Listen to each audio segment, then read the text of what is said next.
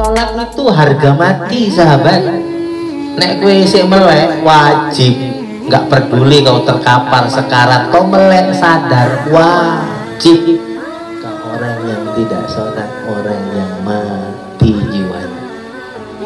Kau usah cerita tuh, yang cerita Tuhan nggak sholat siapa? Iblis. Tasawuf bilang jangan ngurusi orang lain, urusi saja hubunganmu kepada Allah.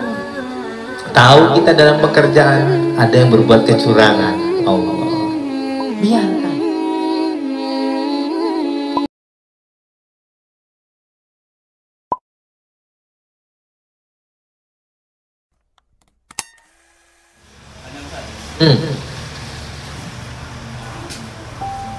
Sebelum kita sholat kita nggak tahu. Waktu sholat, waktu rukuk, barulah ternampak kaki kita itu berdarah. Iya. Pertanyaannya, apakah kita membatalkan sholat kita dan membersihkan? Ya. Atau meneruskan? Kalau kita nampak batalkan, bersihkan, ulangi sholatnya. Saya kan pernah imam sholat subuh di sini. Rupanya ketika lewat gerbang Pak JK ini kaki kesarung, cuman nggak terasa kalau berdarah, kok nggak terasa perih, kesenggol. Sholat nih udah jadi imam di depan, Allahu Akbar. Rakaat pertama Allahu Akbar, ruku, loh nampak darah. Saya batalkan, subhanallah, saya bilang geser, saya keluar, lubis ke depan gantikan saya. Posisi saya sedang imam itu subuh. Batal karena najis, tidak sah sholatnya. Karena syarat sah sholat suci badan, pakaian, tempat dari najis, darah najis. Nek nggak ketok, nggak popo, nek nggak ngerti lain cerita, paham ya? Tapi kalau nampak, batalkan. Bersihkan, tutup sumber darah keluar, ditutupi, ya kan, sholat. Ditutupi ternyata tanpa sepengetahuan kita dia keluar, tapi kita nggak apa-apa. Betul ya? Sama dengan orang kecelakaan, ya, kecelakaan perban di mana-mana, kan dibalut ya, darah apa segala macam. Itu kondisi darurat, bisa maafu anu boleh. Kena air nggak bisa, tayamum. Jangan tengok cemana mau sholat, wudhu pun nggak bisa. Loh, tayamum, goblok. Ini honor ini. Sholat itu harga mati sahabat. Nek kue isih melek wajib, nggak peduli kau terkapar sekarat, kau melek sadar wajib. Selang di mana-mana nggak masalah, pakai isyarat mata. Tayamumkanlah, suster kah atau siapa kah, panggil sus, nggak ada yang nunggu, saya mau sholat, tayamumkan. Saya nggak paham, tolong sus, siapa hubungi yang paham, saya mau sholat. Gampang kan? Kondisi itu aja wajib, pemenang sehat meger-meger kopi. Pening bang nggak sembayang, los begitu. Urusanmu kabeh Gusti Allah ya. Karena ada alasan sahabat. Tak bisa berdiri duduk, tak bisa duduk berbaring, tak bisa isyarat mata, tak bisa. Oh berarti disolatkan.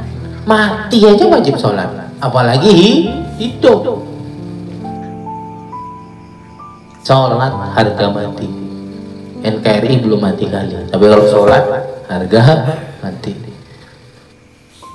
Harus ditanamkan dalam jiwamu. Jangan sepele dengan urusan sholat. Ya. Yang pertama dihisab sholat. Tidak ada alasan. Hidup ya sholat. Nek nggak sholat mati. Maka orang yang tidak sholat, orang yang mati jiwanya. Usah cerita tuh. Lah sini ya. Yang cerita Tuhan nggak sholat siapa? Iblis. ada orang kajinya ngeri nggak sembahyang, iblis ini. Udah itu udah jelas.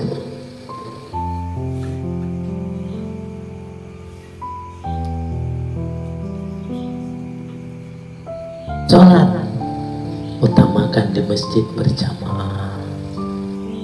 Nah dapat ya di rumah, tapi ya berjamaah. Karena yang paling bagus kan berjamaah. Arti berjamaah itu ya bisa di masjid, bisa di rumah dengan istri, dengan anak-anak, bisa di ladang sama kawan-kawan kerja. Betul tidak? Si manen, Allahu Akbar, Allahu Akbar. Ayo sholat di situ kita. Sholat di situ Allah. Jamaah kan? Semua bumi Tuhan adalah masjid. Betul tidak? Nah kalau harus balik ke masjid, kemungkinan nanti kembali memakan waktu, boleh ya di sawitan. Nah apa rupanya kalau memang jauh dari tempat sholat. Tapi kalau ada ya lebih baik di tempatnya, musola atau apa. Hutan pula, sedang buka hutan ya, ngelong-ngelongnya kan buka hutan ya. Mana itu? Ya udah di situ.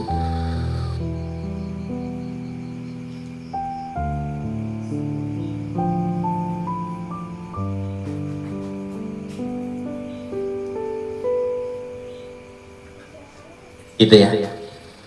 Betul ya. Jadi dibatalkan. Sama dengan nampak tai cicak. Tai cicak najis enggak? Najis. Cuman ada ikhtilaf ya. Ada yang dibilang ma'fu, dimaafkan, ada yang tidak.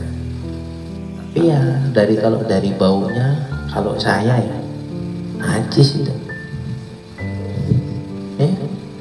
Makanya kalau sholat apalagi di masjid ya ditengok lah ada tai cicak atau enggak. Kalau masih ada pungut dulu buang. Jangan buat tabrak ya Allah Akbar.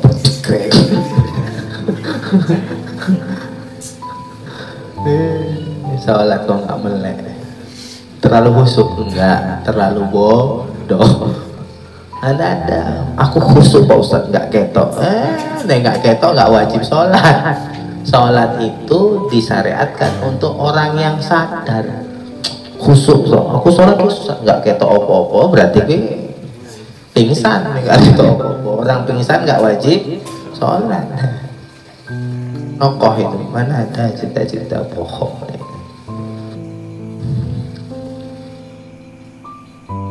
Arti khusyuk kita kan sudah bahas ya. Arti khusyuk itu fokus. Bukan nggak dengar apa-apa, nggak nampak apa-apa. Ya kau dengar. Assalamualaikum. Kata tetangga mau nganteri sayur. Kau masih sholat. Ya kan? Oh, si Polan itu. Ya udah. Bukan berarti khusyuk. Nggak keluar aku masih sholat. Gayamu. Dengar, tapi kita tidak sedang padanya. Betul tidak? Kita sedang pada Allah. Ya kita dengar teng tukang rujak langganan lewat. Betul tidak? Dengar, ya dengar, tapi kita tidak sedang padanya. Tukang rujak. Allah sholat. Ya tahu, namanya sadar. Mau sadar kok nggak tahu. Kalau nggak tahu namanya nggak sadar. Orang nggak sadar nggak wajib sholat. Tapi kita tidak sedang padanya. Kan sering sama kita bilang, kita ceritain deh, aku sedang padamu, cerita tangting ada yang lewat, oh si Polan. Tahu kan di sini ngomong, oh si Polan. Nanti ada yang lewat sana, oh si Polan yang aku kan. Tapi aku tidak sedang padanya. Kadang-kadang ada yang nyapa Ustaz, oh, tidak. Tapi tidak sedang padanya. Kita sedang fokus. Aku sedang padamu. Itu juga sholat, aku sedang padamu. Itu udah khusyuk namanya, fokus. Tapi nek ngayal, nah itu baru enggak. Tukang rujak mau terlewat. Tak tunggu kayak mau enggak lewat-lewat, mau nawak sembahyang dan lewat, bias terlewat. Nah itu udah, itu baru enggak khusyuk karena semua isyarat itu kemudian kita ketarik karenanya. Tahu tapi enggak keluar dari jalur. Sama dengan berjalan menuju Allah kan gitu ya sahabat. Kita berjalan menuju Allah, ya tahu ada orang begini, begitu, betul tidak? Tapi kita tidak sedang ngurusi dia. Kita sedang ngurusi hubungan kita kepada Allah. Kita tahu ada orang sholatnya baik tapi mulutnya tajam, tahu, tapi nggak usah mbak komen, betul tidak? Kita tahu ada orang loh penampilannya itu muslim sejati tapi hatinya busuk, kita tahu, tapi nggak usah mbak komen.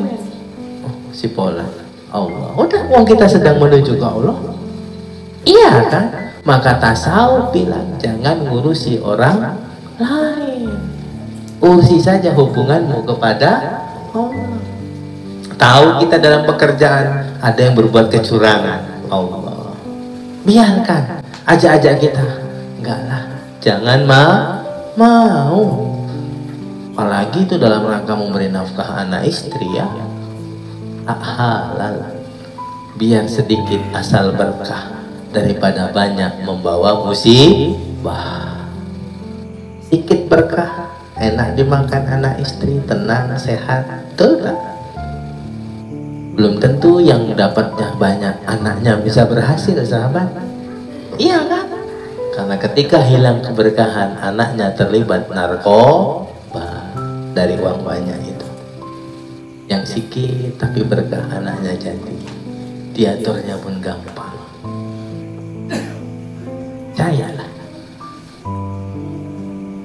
jangan mau dirangsang-rangsang iblis, karena dia tidak mendorong kecuali ke jurang-jurang kehancuran, baik kehancuran kehidupan di dunia, terlebih-lebih kehancuran kehidupan di akhirat. Nah, mati sekali sahabat, tapi hidup 2 kali. Hidup kedua abadi, nggak ada mati setelah itu. Siapkan bekal masing-masing. Jadikan profesi apapun, status kita sekarang apapun sebagai lahan untuk menambah kebajikan. Suami jadi lahan amal kebajikan, istri, anak, jiran, tetangga, karyawan, betul tidak? Pengelola usaha, bengkel misalnya, jadi lahan kebajikan. Nggak usah hitungan lah sama baut sebiji 2 biji. Betul tidak? Ini bautnya 3.000 Pak. Bautnya segini 3.000. Ini bautnya ya. Ini nggak ada bautnya. Oh ada itu Pak, aman. Pasang kaya. Apa sih? Iya kan? Belum tentu loh sedekahmu yang 1 juta itu yang membuat masuk surga. Mungkin baut tadi yang mengantarmu ke surga. Atau sebaliknya, gara-gara bau tadi kau masuk neraka. Gawat sahabat. Yang bengkel ya.